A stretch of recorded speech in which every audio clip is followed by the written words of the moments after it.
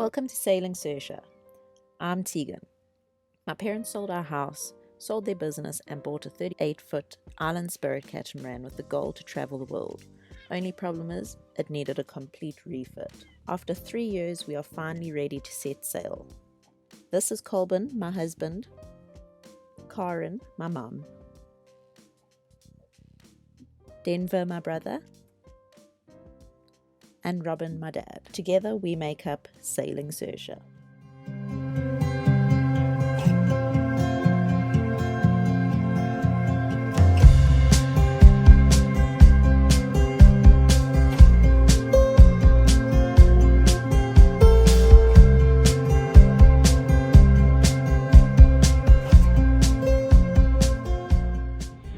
Welcome to Saoirse. Hi there. This week's video is going to finally be our walkthrough of a nearly complete yacht. It's taken us 3 years to get to this point. We didn't think we'd ever get here. It's been a long haul. We're very proud of what we've ended up with. So we'd love to show you around. There's a few cosmetic jobs that we still need to do, like the cockpit floor still needs to be completely repainted because the paint has started peeling up, so just excuse that for this section. And there's just little bits and bobs that we will be attending to along the way, but we're tired of waiting now. We need to go. On the eve of leaving, we're finally doing this video. I feel like we've finally got there. It really is very minor stuff left to do.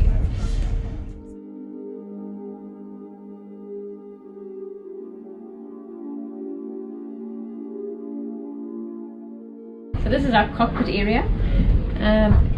We have just spent a month and a half sewing up this enclosure, which has been, it's going to make an amazing difference to our lives in bad weather or rain. It means that this whole area becomes waterproof and we get to have another whole living room. When you're living in the small confines of a yacht, it's really nice to have this whole other area to work with. We have done the cushions. Tegan and I have sewn all the cushions, like I say, the enclosure, and I can't even begin to tell you this feeling of accomplishment this afternoon when we were able to put our skater cushions out. We've been working so long and so hard at just doing the basics on the boat. There was no fun stuff. So today, dressing up the boat and putting our new linen on the beds and getting our cushions out just made us feel like we were finally arrived. We are finally there.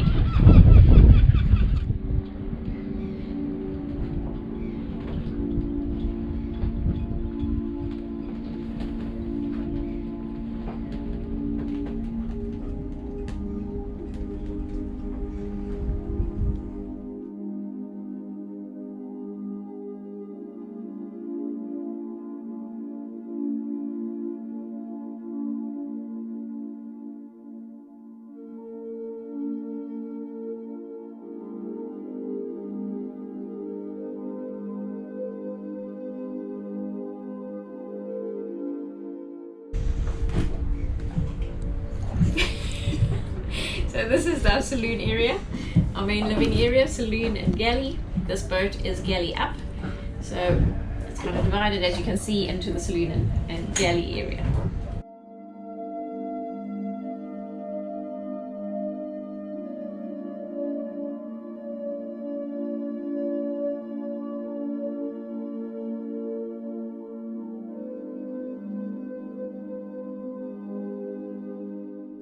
So this is our very tiny but very convenient galley.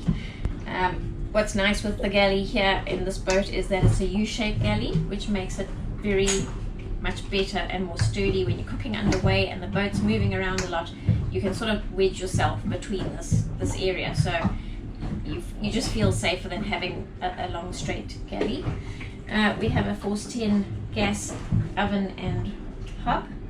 We've also bought an induction cooker because we can then use solar, so a lot of our cooking can be done during the day off of the solar power. That way we're saving on gas.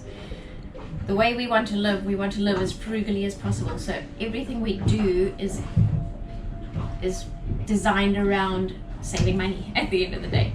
So we figured as much as we can use solar to do our cooking and save on the gas, that's a good thing to do. So we've got a Snappy Chef induction, and we're very happy with that. We've been using it for a couple of months now. Single sink area.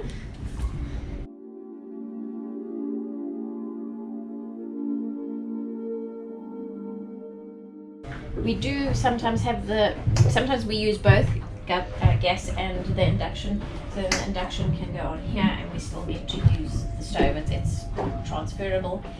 It works on 220 volts of power. So we have to have the induction, we have to have the inverter running for that. We've got the single sink, which a lot of people don't like on a yacht. When we first bought the yacht, the previous owner had designed this to have a big double sink here, but we decided for ourselves we wanted more work area. We took that out and we put in the single sink, and it's been working fine so far. We've also got, so with our taps, we've got fresh, hot and cold, and we've also got a saltwater tap, so we can do a lot of rinsing of all our dishes with the salt water before we use the fresh water. That way we are saving on the fresh water. Remembering on a boat, your fresh water is what you've got in your tanks. You've either filled it up from a municipal source if you're near a dock, or you're making it yourself with your water maker. Running the water maker involves running the engines, so you're using diesel. So we are going to be very, very frugal with our water. So it works the same with showering. We'll get to that later. But so everything is rinsed in salt water, and then we do our final wash in fresh water. So as far as this area goes, you'll see from the before photos we had no lighting. Again, with a yacht, you can't run wires across ceilings. You can't countersink anything like you do in a house. So we've had to build bulkheads into which all the lighting fits. So all the wiring is fitted inside here. We've got all LED lights working on the 12 volt, so we use very, very minimal power to light the whole boat. The entire boat is lit purely by 12 volt lights. And so as far as the kitchen goes, we've got one main area. This is literally an entire grocery area, so by boat standards we've got really good storage here. All these cupboards, the poppers latch in, so when you're underway, if things start falling against doors and things, the doors aren't going to come open. So you've got your cupboards. Every cupboard has this whole detail here has an incorporated air vent, so you've got aeration, because again on yachts everything goes moldy, so you need as much air circulation as possible. So we've got pretty much our main groceries for everyday cooking here, and then here we've got our crockery and cutlery, Tupperware as usual. Tupperware cupboard. The usual Tupperware cupboard. Yeah. So we've got all our plates and dishes and things there. This is just like condiments, and then we've also got a fire blanket in here. Because of the gas stove, you need to have a fire blanket nearby. One of the jobs to still be completed. Robin and I are still debating whether we have a drawer here for our pots or just a door that opens, so we're going to get there still. Over here we've got a very nice little spice drawer, which is really nice. And then we've got under the sink, so all our cleaning stuff and what that goes in there. That's a very short cupboard. You'll see when we go downstairs that the back part of this is part of the cupboard area in the passage downstairs. We have these cubbies which worked out really nicely. We found a piece of a cutlery holder that fitted in perfectly. So we've got all that in there, and we've done some sailing in some pretty heavy weather, and it's all very sturdy, nothing falls out. We're a real coffee and tea family, so we've got the coffee station. And we'll put a link into the video about our galley, because we've done a video on the galley and doing the countertops. We've decided to go with bamboo. We are finding a few scratches. This varnish that we used on here is not quite as hardy as the varnish we had used on the wood in our home in Ballito. So I'm a little bit disappointed in that, but we can live with it. It's not too bad. We look after it. We try not to have anything pulled across the countertops to scratch it.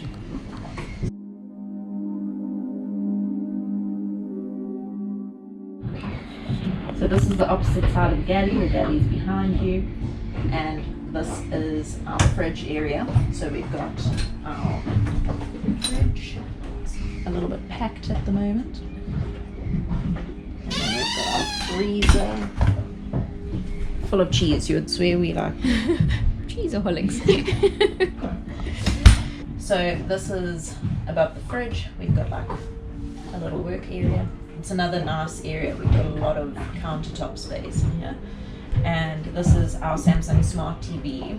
It mirrors the chart plotter outside from the Ray Marine. So when we're sitting in here, we can watch what's happening out there, all the weather and the radar and the chart plotting and the rest of it. And then we've got our bread maker, which hopefully we'll get to use. We haven't made a single loaf of bread besides banana bread in this thing. So we'll test it on our crossing tomorrow. Hopefully it goes well.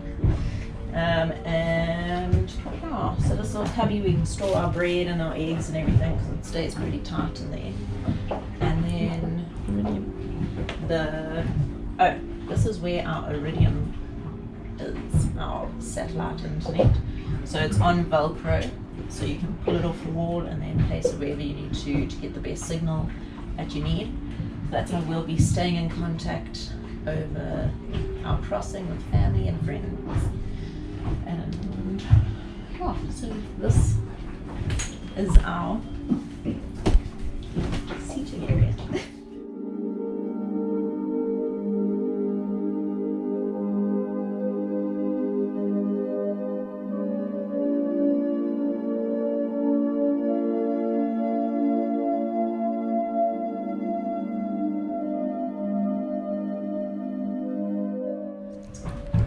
It's quite large and spacious. Still not spacious enough for 5 people, surprisingly. But we just finished our cushions, so it's been 3 years of sitting on Temporary cushions. no, not even temporary cushions. We've gone times where we've just sat on the hardwood. And yeah, so everything under these seats are provisioning cabinets, I think we call it that. So we've got flour and condiments and rice and milk and the rest of it. So all you have to do is put this down, lift that up, and then you've got your cubbies under here with breakfast cereals, juices, all our cans,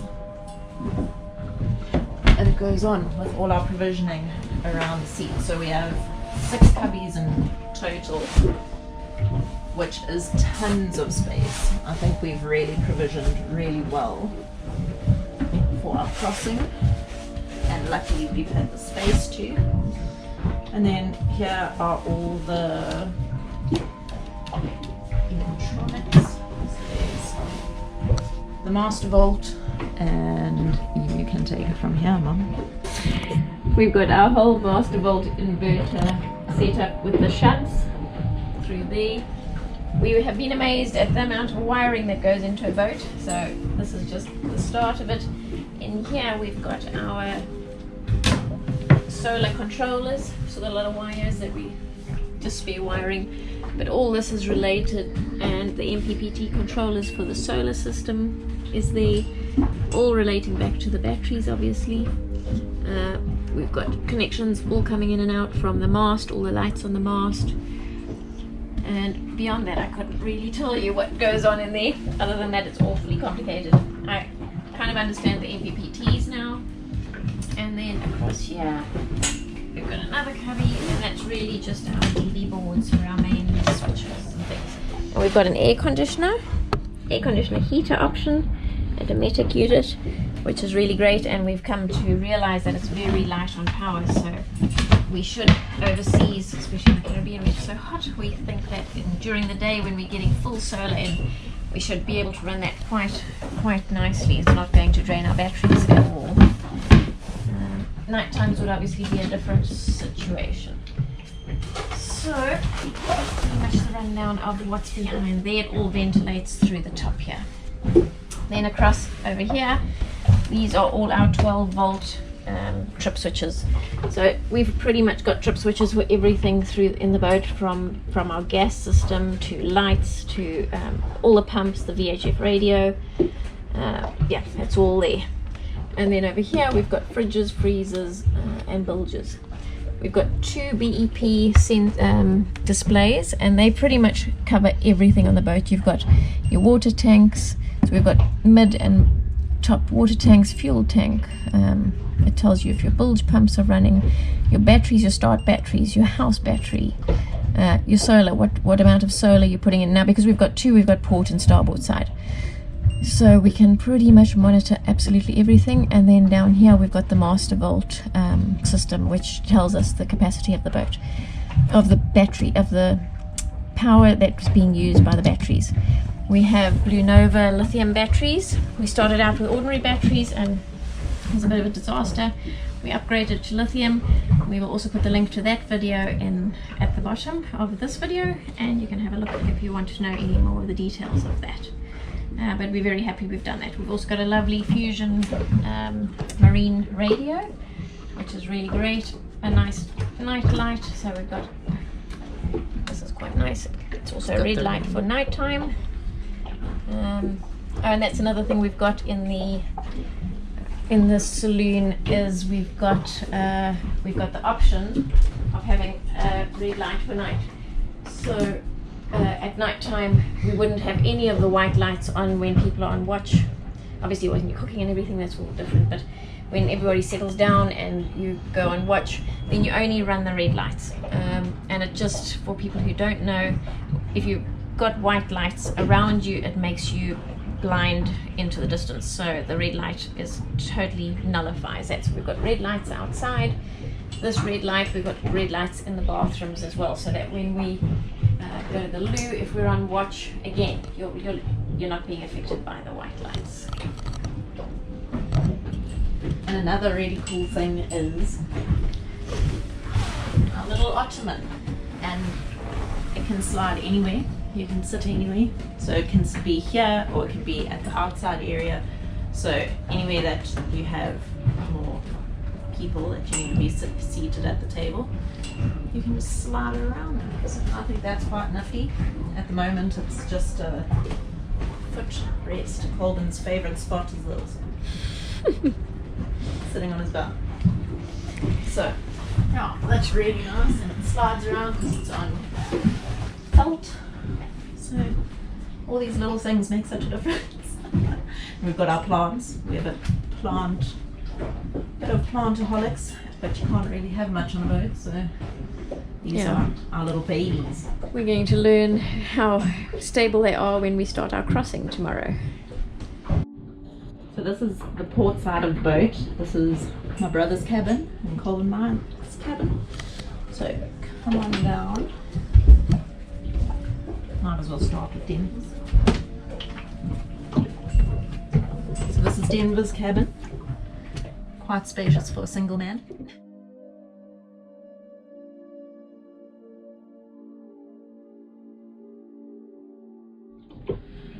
So we have tons of cupboard space, which has been so helpful.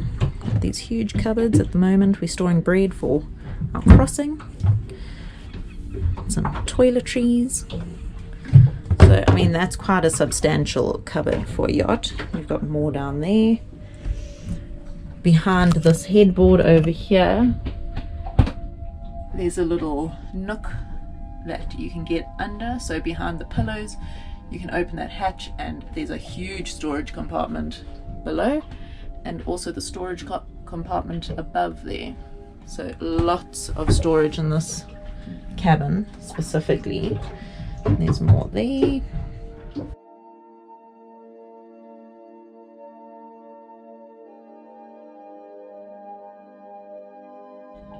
So this is the heads.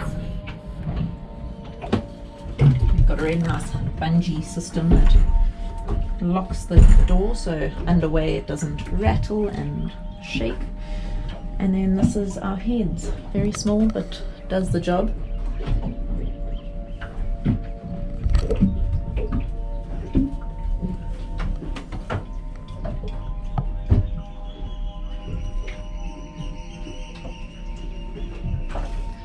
We've got the gas heater, so we can have hot showers.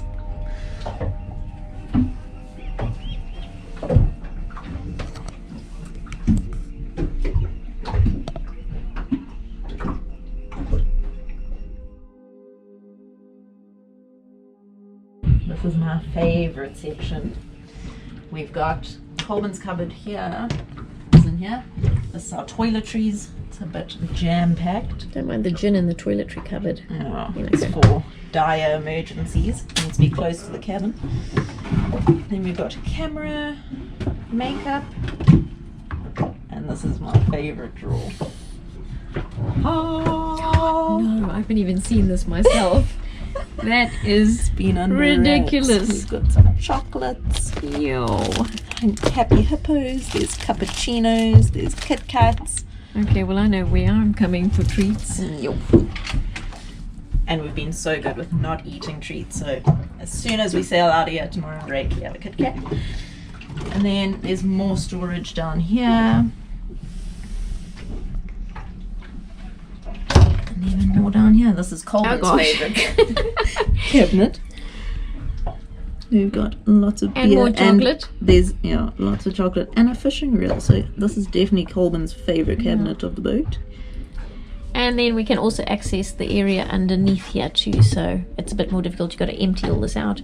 But we got more stowage there. There's more beers in there. Is there really? Yes, there's lots of beers. How did you get all this stuff on the boat and not? I didn't know about it. Sneaky sneaks. Yeah. And then this is our cabin.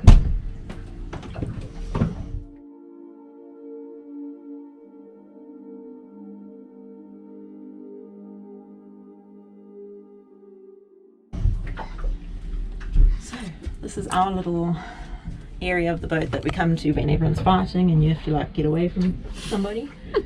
This is our spot. So we've got the dressing table with more of Colbin's clothes. I don't know why he gets more cupboards than me.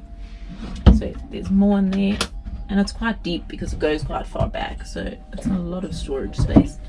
We've got the dressing table, more shelves, and then we've got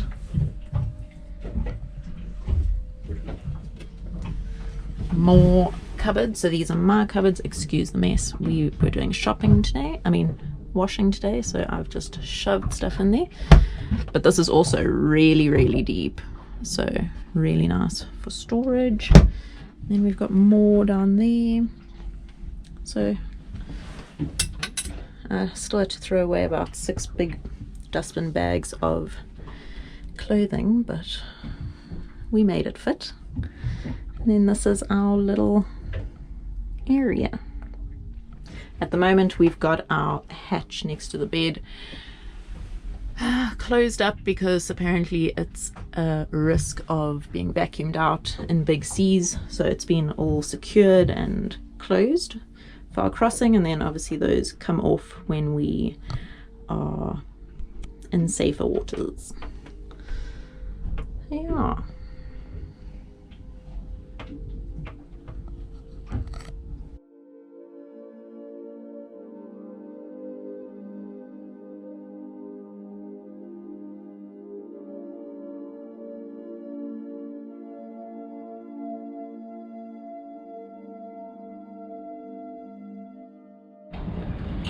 So at the moment we have the deck pulled right up against the back of the boat there. That is our storage area for it during the crossing. It doesn't normally stand up there. It is much lower down when we're not using it. We tend always to pull it up and have it locked on because of theft, and not that it's a huge issue, but we just do that. So, but now this is pulled up really, really tight, and that's where it will sit for the next 30 to 35 days of our crossing. The outboard is obviously also pulled up and tied in there securely, so at any ordinary time we would have a beautiful view out the back of the boat and that big ugly engine wouldn't be there. But for now, that's it. Colbin's favourites, and Denver's also quite a keen fisherman. We've got our fishing rods all set up and ready to go.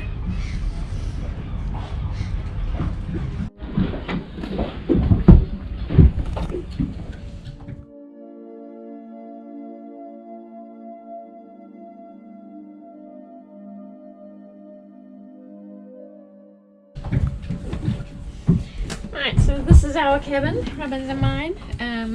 Very similar. This obviously this side of the boat absolutely mirrors the other side.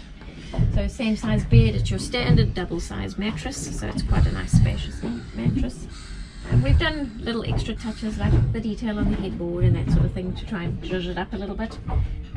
We have, for those who don't know, the engine sits underneath the bed. So you can imagine if there's an engine emergency, everything goes flying, but it's all under here, and it's got heat shield on the engine so it doesn't overheat the beds if the engines are running. Got a lovely big area here, a bit of a mess, so it's kind of a dump site, but a very nice stowing area there. The shelves are really handy either side of the beds. We have the night lights on the headboards, which we've set up on two-way switches, so we can switch the lights on when we come in here, but we can switch them off from when we're in bed, so you don't have to climb to the end of your bed to switch your lights off. Again, everything 12 volts, so we've got 12 volts in there. Similar as Denver and Tegan's side, the extra storage, so we've got, I don't know why we've got so many clothes, but so it's Robin's whole area, mine up there, and then here we've got the Sterling alternator thing that we was it? I can't remember, but I'll put the link in the video below the video. That's all related to the lithium batteries and the engine charging those batteries, so that's all in there. Yeah, and little domain, as Tegan says, when we have strife in the family, everybody tends to just head off to their own bedrooms. So we try to make each of our bedrooms are just personal to us, to their own little safe haven and quiet space.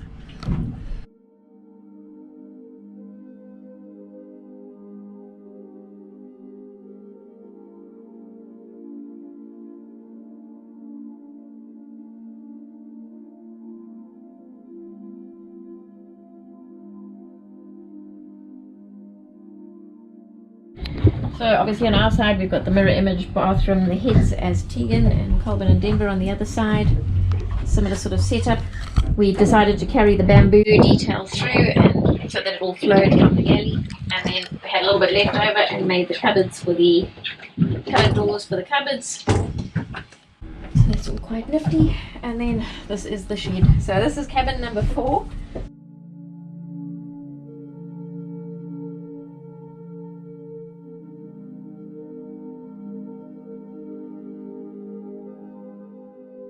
Which has become, it's called the shed from the time we started building the boat. This has been our storeroom, our materials, our tools, and most importantly now with the crossing coming up, our 2 fridges. So we've got 2 Snowmaster freezers. We've got them both set as freezers. They have the option of being fridge or freezer.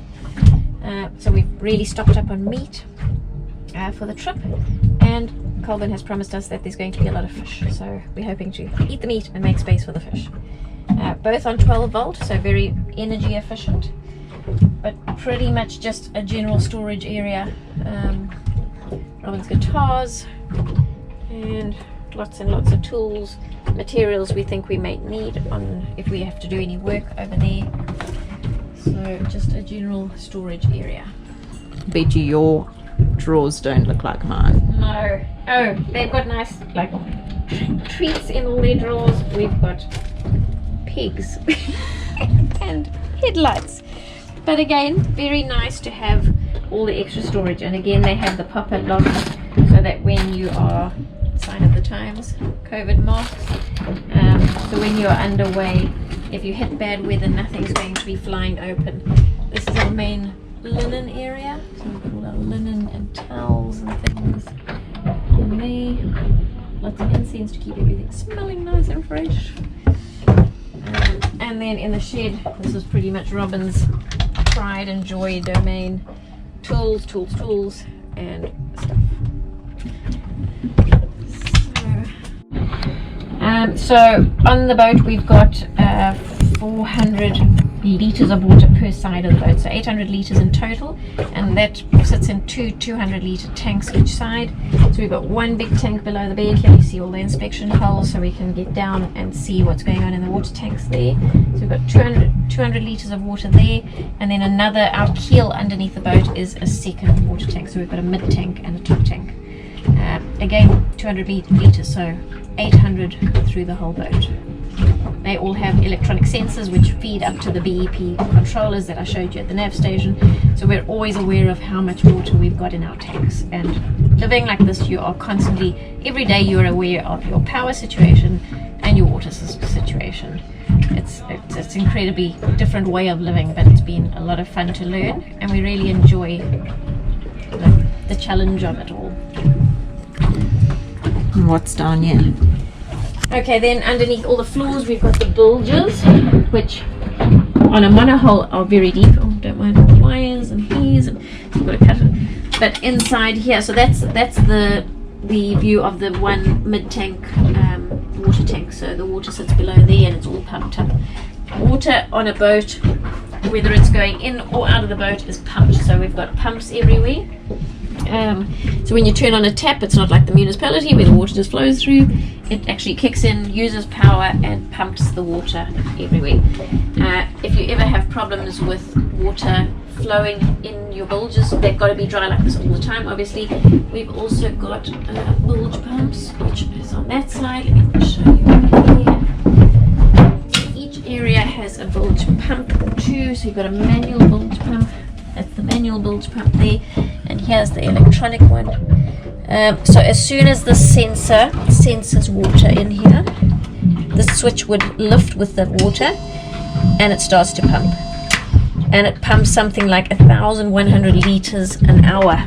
So you can have quite a big flow of water into the boat, and the bilge pumps should really help. So we've got 2 per side, one in the engine area and one here. So it's in your lowest point of your boat, and they've all got sensors. So as soon as water hits it, and that switches up, then the pumps will pump. This one over here is a manual pump. So if you ever have a problem that your power is not working or these aren't kicking in, we have a handle outside in the cockpit that you can literally pump the water out, and it goes in through that system. Big job, but better than nothing if you are taking on water very quickly. And they just all stowed away very neatly in the floor like that.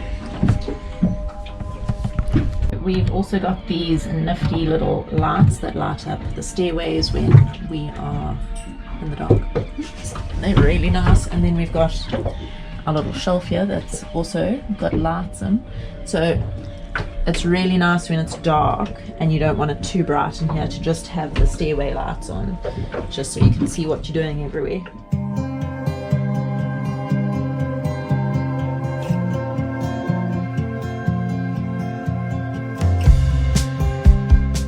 Thank you so much for watching our walkthrough with us. It's been a very long 3 years of lots of sweat, blood and tears, but it is amazing to finally see Saoirse looking as beautiful as she is. We have to give a special thanks to Chris Book for all his hard work, help and advice with Saoirse.